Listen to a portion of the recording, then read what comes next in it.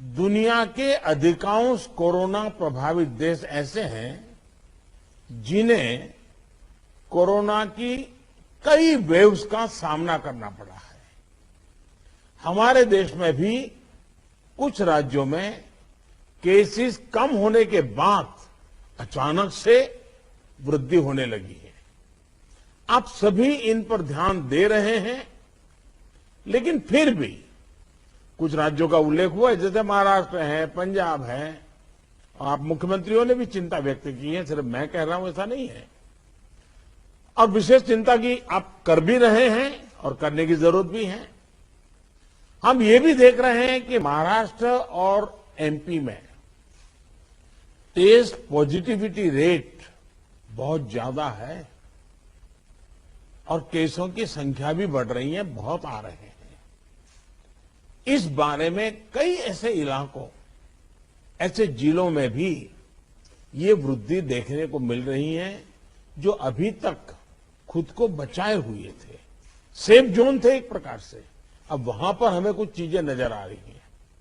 देश के 70 जिलों में तो पिछले कुछ हफ्तों में यह वृद्धि 150% से भी ज्यादा है, 150% से ज्यादा। अगर हम इस बढ़ती हुई महामारी को यही नहीं रोकेंगे तो देशव्यापी आउटब्रेक की स्थिति बन सकती है। हमें कोरोना की उस उभरती हुई सेकंड पीक को तुरंत रोकना ही होगा और इसके लिए हमें क्विक और डिसाइसिव कदम उठाने होंगे। कई जगह देखने को मिल रहा है कि मास्क को लेकर अब स्थानीय प्रशासन द्वारा भी उतनी गंभीरता नहीं दिखाई जा रही। मेरा आग्रह है कि स्थानीय स्तर पर गवर्नेंस को लेकर जो भी दिक्कत है उनकी पड़ताल, उनकी समीक्षा की जानी और उन दिक्कतों को सुलझाया जाना, ये मैं समझता हूं वर्तमान में बहुत आवश्यक है।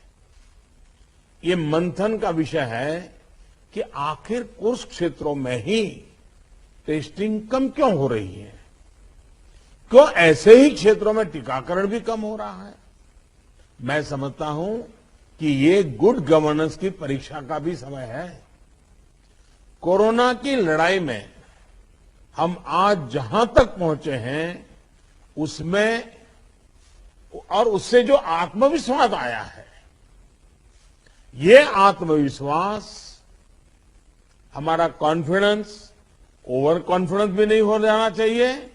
हमारी ये सफलता लापरवाही में भी नहीं बदलनी चाहिए।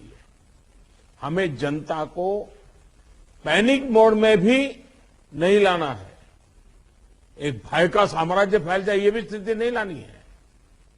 और कुछ सावधानियां बरत करके, कुछ इनिशिएटिव लेकर के हमें जनता को परेशानी से मुक्ति भी दिलानी है।